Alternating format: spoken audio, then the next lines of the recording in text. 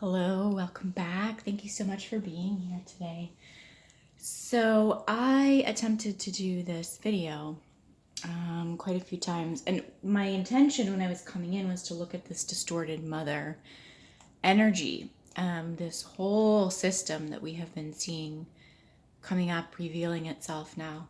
But what started to happen was that it started to break off into all these different it's almost like it's more, we can say, okay, divine mother, distorted divine mother, also standing in the place of this divine observer witness, as we are supposed to be standing there observing, working with our own field energies. There's something else that seems to be standing in that place. So I thought I was originally going to come in and just kind of dissect that as a system, but what started to happen was almost as if there were all these other pieces that played into it, these major components that comprise that whole thing, and it started to just kind of become too big. And the one thing that kept calling to me, which really surprised me, was the kind of relationship of the mother herself to the divine masculine. And that's really where I started to get a bit stumped the other day, which I'm grateful because I feel like, you know what, it's really being shown to me. I can't just come in and make a video and have it be what I want it. I really have to follow the energies. Not that I've ever felt I've come in and kind of orchestrated any of these videos. I've always followed the energy. But I really thought I had a handle on what was going on, and it turns out there's much more to it. So as frustrating as this is for me, it's also very, very exciting to know that I can really trust this process to bring in some clarity. So on that note, what started to happen was I felt very much called to this over here, this energy of the mother, but this is distorted mother. This is probably actually the way we experience mother in the real world, in this realm, right? It's a distorted version of true organic source code we experience as the mother, but as we know, we have many issues with our mothers. So, but what was coming up very, very strongly was that it was a relationship to the sun or the divine masculine. And I had felt this coming up before, where I realized there's a difference between, let's say, mother and son, as opposed to mother and daughter. And that for some reason, the connection with the son is more challenging it's more challenging for the mother to let go of the son. And this is not really something I'm really aware of, or if it's even a real thing in the real world. Like, that's not how the information was really coming to me. It was just this awareness that there's actually something, this expression we use about the mother having to cut the apron strings to the boy, that I think there's a lot more to that, actually, because what I started to think about was how when it is, excuse me, a mother and a daughter, we know those are always difficult relationships, but because the daughter is still the same sex or the same kind of energy, there's a deep resemblance in the energies. The daughter still has this underlying sense of knowing what is really going on with the mother. But that seems to be, when we talk about the mother and the son, so this is mother-daughter. When we're talking about mother-son, there seems to be an aspect where, okay, mother is not the same as son. And so there's how do I separate out from this? Because in this instance, the mother can see the daughter carrying on in her life as a reflection of her, right? She sees what is going to occur. She sees the kind of issues she may or may not have with men, or herself in relationship to career, herself in relationship to all these things, because it is similar. It resembles the mother's experience. And even if it doesn't resemble it, there's still some kind of similar coding where the mother understands at a stronger level, at a deeper level, what is going on. And therefore, there is not this weird kind of, I have to keep a finger, I have to keep a pulse on this child, on this energy, in a way that I don't have to if it's a daughter. And if I look at my own children, I would say, wow, actually, that's very true. There's something about my daughter where I trust that she can go out into the world, and I can see based on my own experience and my own experience in life how it's going to unfold for her. I can envision it down the road. Even if I'm wrong about the events or the choices she's going to make, it's not about that. There's something about the underlying energy that I'm comfortable with. When it comes to my son, I don't understand a man's world.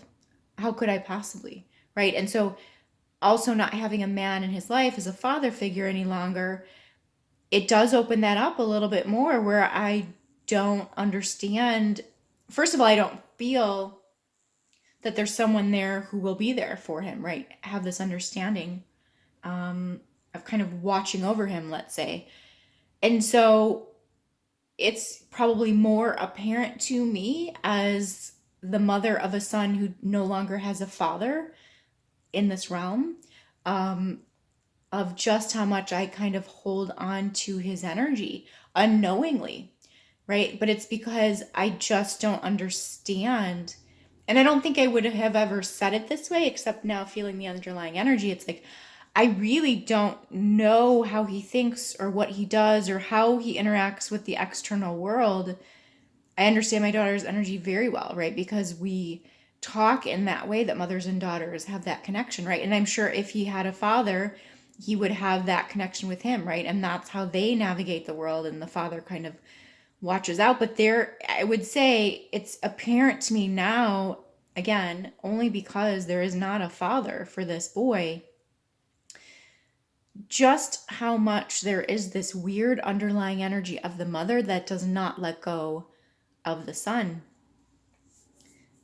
Very much holds on to his energy. And it's, my mind is getting blown so much right now because I thought I was just coming in to look at to my masculine in regards to his mother and the union and all these things. And now I'm realizing, yeah, this is the thing I've been struggling with too, questioning myself. Like, what the heck is wrong with me that I can't allow this child to go out into the world, even as an adult, and feel like he's free and on his own? Like, there's a weird thing there. And my son also told me, I was remembering the other day, like he had said to me years ago, like, Mom, don't ever let me stay at home. Make sure you kick me out. Don't let me become one of those people who lives with their mother. And I thought, good for him, you know, but now I realize energetically, this is what he's speaking about. So let's start to look at this distortion through the mother and the divine masculine tone. Oh, because this is affecting union. Because if we look at union, well, we'll get to that. This is what we're going to talk about. In fact, I need to start because this is what the energies keep saying is like, look at this. Don't look at it in the context of union because it's going to skew the vision. We need to just look at mother and son. And it's almost as if, because this is the way I continue to draw it, it's almost as if there is still an energetic or etheric energy here within the actual womb space of the mother that does not separate out completely. It's like if we think about having a baby, right? You shed the placenta, you shed all of these cells that were created for the specific purpose of growing this baby. And then all of that through the birthing process, and then that post-birth process is to shed all of this out of the body. And yet it feels like energetically there is something that is not completely severed here, or let's say released from the system. Because as I started to come in, there were a couple of points where I was seeing through the mother's field. And I was seeing it like this first, where it was like kind of like this. It's kind of triangulation. But then I drew this and I realized, okay, it's not about just the mother, it's about this connection. So it kind of came here in this range, but fully within this, let's say this embryo, this embryonic tone in the field. So we can say it's already in the mother, and then she has a son, and it's almost like, because of the code of what the son represents, the divine masculine, there's a tie that's created, right? If this was mother and then, let's say, daughter, that type of, let's say, tethering is not activated. So it's something specific to the DNA, to the genetic makeup, to the chromosomal pairing of the masculine specifically. I don't want to say that activates because it's already there, but it's a tethering with the son that is not present with the daughter tone. And it's really fear-based because, okay, yep, it is about, it's this dependency that women have on men. See, this is mother and this is son, but also this is the exact same relationship that exists in marriage. There's an undertone of woman needing man in her vision, in her physical reality, in order to feel safe and supported. So you can imagine now, if we have a mother who no longer has a husband, or the father's no longer around, the pull on the son is going to be even more great. This was coming up over the week too, what is it about women feeling they need a man in their lives? They actually do not. If they look very, very closely, they will see that that is not true, but it's something that has been programmed into society, into the system, that we need man as protector. And it's been coming up very strongly, like, what is the actual natural role of divine masculine? Not as man, not as father, not as this role we have cast him in. What is his natural inclination through his source origin code? Yes, there is difference because we have this genetic makeup, but essentially, are we putting something on these male embodiments that is really not supposed to be there to begin with? And we know that's all true, right? There's a lot of distortion here. So, but where this distorted, it's like tracing it back. Now let's look at it, how it plays out with the sun, because really what she's doing is saying, don't leave me, because at my age now, I have no male energy in my life. I need a male energy, so I'm going to pull on the closest thing to me, which would be her offspring, which would be her child, right? Which, if we look in the wild, that's typically what happens. It's like the son would become, let's say, I'm just thinking of lions, right? Like the head of the pride, and he would rule over that territory, that land. And that's really what this human woman, this human mother feels as well. Like, who is going to watch over? Who's going to protect me? Who's going to care for me? And she pulls on this masculine energy. So,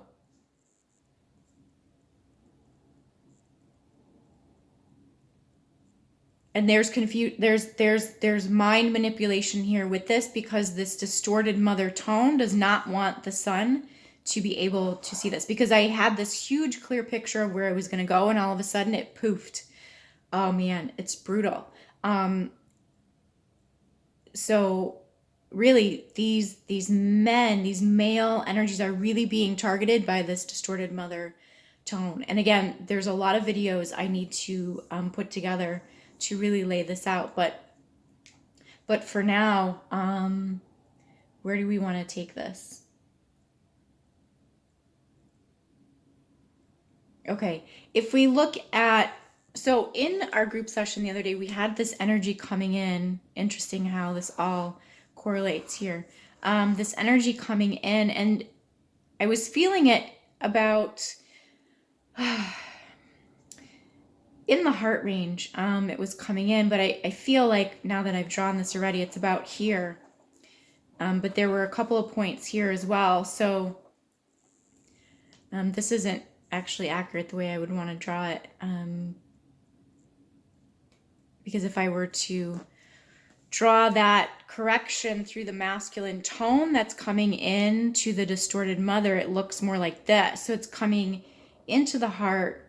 There's something here in the solar plexus, but then also in the root of the divine masculine range. But it also enters here, which is in the mind, right? Which is where I was kind of, again, my drawing's a little bit off here. But when I said there's all this confusion, right? This is where it's coming in to correct this mind manipulation, which what this looks like for, let's just pull out specifically the masculine energy here, right? So if we notice what this means, he's tied into the mother in the solar plexus range. So what that means is, what is your will, right? It's all about what's your will, what are you willing to do, where is your power? Where is your power in relation to yourself? How do you draw on your power to create your way in the world, right? So anytime he attempts to do this, it triggers the distorted mother to pull him back into her world. Stay in my world. You're a player in my world. You're a driver in my world. You cannot have your own reality and your own life outside of me. And if we go back to our relationships with the unions and the twins, we see this very, very clearly now. The negativity that we feel pulls us back to the twin is actually the distorted mother tone. The energy that we feel that we cannot live without this person is not about the counterpart. It's not about our true organic connection to this energy. It's about us picking up on this divine mother distortion within the fields. It's this, and divine mother distortion is the same energy which plugs our own field from seeing its own self clearly, right? So this is where we go to healers who entrap us into the distortion of feeling like we cannot clear our own fields, like we can't be on our own, like we need some kind of information or we need some kind of enlightenment path to get back to source. This is exactly what's happening here. So for this son, he does not feel like his life is his own. In fact, he feels quite severed from his power. So anytime he tries to step outside and do things specifically for himself, of himself, by himself, he feels this ramping up. He doesn't know what it is, probably. He's not probably correlating this to this. And of course, it seems like for a mother, for a son and his mother, where we said, okay, for a daughter, it's a little bit easier, even though this is a very complicated relationship, it's a little bit easier to separate out in the physical because we know each other. We know what the other is doing. We know how the other is operating, what they're thinking, how they're manipulating, right? We get it. But when it comes to the son and mother relationship, they have two different minds. Their minds work differently. They don't understand each other. And it's not that we care what the mother is actually thinking. It's more about we care about the fact that the son has no clue as to what's going on here. And he actually, unfortunately, wants to protect her because she is the mother. She is the one who gave birth to him, who brought him into this world. Or was his primary protector, right? Life-giving, feeding, nurturing, all these things that we cannot live without. She was that figure. She was that presence. So even if, let's say, the child was not born directly from that body, that energy is still there because he is dependent on her for his survival in the very beginning. And so there's this attachment that is created unconsciously, subconsciously, unseen to him. If I go against the mother, that means it feels like death, like I'm literally dying because she is the giver of life. Like I am betraying this. It feels like I'm betraying this person, but energetically I'm betraying this connection, this life giver connection. This life is not my own. I'm only here by virtue of being born or coming through this family, being within this mother tone. And this really is starting to mimic, it's so hard to know how to put these videos out, but again, where this distorted divine mother stands, we see this as the earth realm as well, right? When we come into this earth, in many ways, this is like a passport check. They take your passport, they actually take your power, and they say, well, you can't have your power here within this realm. You need to give it over to us. They put the stamp or the seal on your passport, right? Officially giving them power over you. This is what kind of installs this distorted divine mother. But we can see that playing out in the physical reality where the son, the male body, actually feels like he can't say no to the mother. This is where we see all of this play out when the son goes to get married or goes to be in a relationship, with the stepmother tone. Now she becomes like the mother-in-law tone.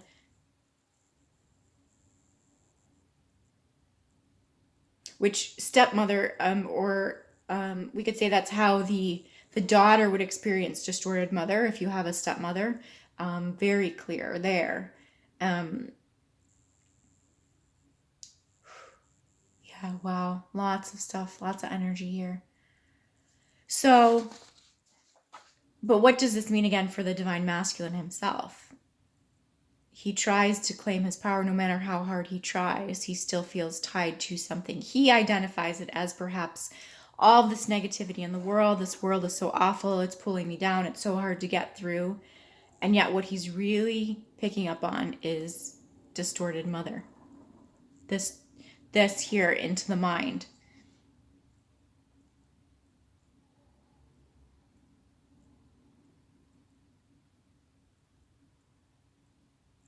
And so really this beautiful, what we were seeing in group, sorry, I see someone that's off screen here, coming in is this correction through the field. It's a very potent, beautiful masculine tone, which is actually, it's interesting because I've been talking a lot lately about earth versus land. What is the difference? Tuning into the earth code of the energy, not the distortion that's tied into the land. And that's here as an imprint, right, in the histories and all the land events and the historical events. That's all distorted energy. That's not mother code. That's not divine earth code. That's not Gaia code. That's not source code. So we inaccurately get tied to the land in that way. But what's interesting is that this tone that came in, this kind of burgundy tone, is very much about being within the potency of land when it is clear, when it's not holding distortion. So there's something really interesting that's coming in here into the root of the divine masculine to clear this tie. I did a whole bunch of other sketches prior to trying to get this video out, but that's actually what we see here is the seed tone of distortion. When we look at union, essentially, again, this is our own field here with this distorted divine mother. There's some kind of plug here, but it also relates to this distorted seed tone, which is what we're saying is here in the fields already. But what's significant about this is that when we look at union, right, or when we're viewing this kind of twin flame energy, the divine feminine is actually here in this position looking through the scope of this distorted divine masculine seed tone in the root. She's viewing the whole experience of union and therefore her own field in a reverse refracted position. So this is why it feels like even when we come in and we're trying to do this work, it's so messy and so distorted because we're actually looking through this lens here. It's like a periscope. What you're looking at, where your eyeball is not actually what you're looking at. It's like there's two mirrors that reflect and flip, the view of what you're actually seeing. And that's kind of what's happening here. So yeah, union is messed up because we're looking at it through this lens. But if we were standing in this correct position without all this distorted mother, we would have more control over this realm. We'd be able to see it for what it was and release the distortion, no problem. But instead we come in here, well, we don't even come in here. Something is plugged here. We're over here looking through this perspective. And then going to a healer and saying, hey, I can't see in my own field. I don't know what's going on. There's all this crap. Why is there always crap, always crap, always crap? And you feel like you can't take control of your field. Well, because we're here. And how does this happen, right? So this brings me back to where I said we were talking about, let's say, marriage and relationship, where the mother is saying, I need a man in my life. In fact, she is saying energetically, in the physical realm, it feels like she's just saying, I want a physical presence of a man in my life because he has bigger muscles. What she is actually saying when she says, I need a man in my life, she is saying yes to this distorted divine masculine, because that's what's here in the earth realm is distortion. She's saying yes to this distortion, which means she's saying yes ultimately to distorted divine mother, which means she's saying yes ultimately to, yes, please lock me out of my own field. I'm giving you access because I can't handle my own power. So in order to say no to distorted divine distorted divine mother, as the gatekeeper, as the passport holder, she's holding our passport into our own field. We have to, in the physical realm, say no to distorted divine masculine.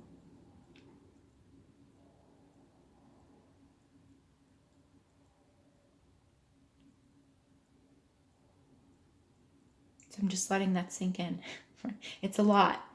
But this is why we say you can't look at the physical reality and get pulled into what you see playing out there. You have to find, in my last video I was talking about this, right? Finding the essence tone within the divine masculine and connecting to this and this only, that this is what you're working with, so that we can allow this plug, this distorted mother tone, to start to be released. Now, the question is for the divine masculine himself. How does he say no to this, right? It's not that he has to say no to his mother. And this is what we as divine feminine have learned through the unions, right? We have to say no to the negativity. The negativity, and then we start to say, oh, it is the divine masculine. He is negative. No, it's the negative. I always say this, right? It's the energy in the person, not the person themselves. But sometimes we have to say no to the person completely because things aren't working out. We can't see clearly and it's so messed up, right? So it looks like we're saying no to the whole thing. What we're really saying no to is the negativity itself.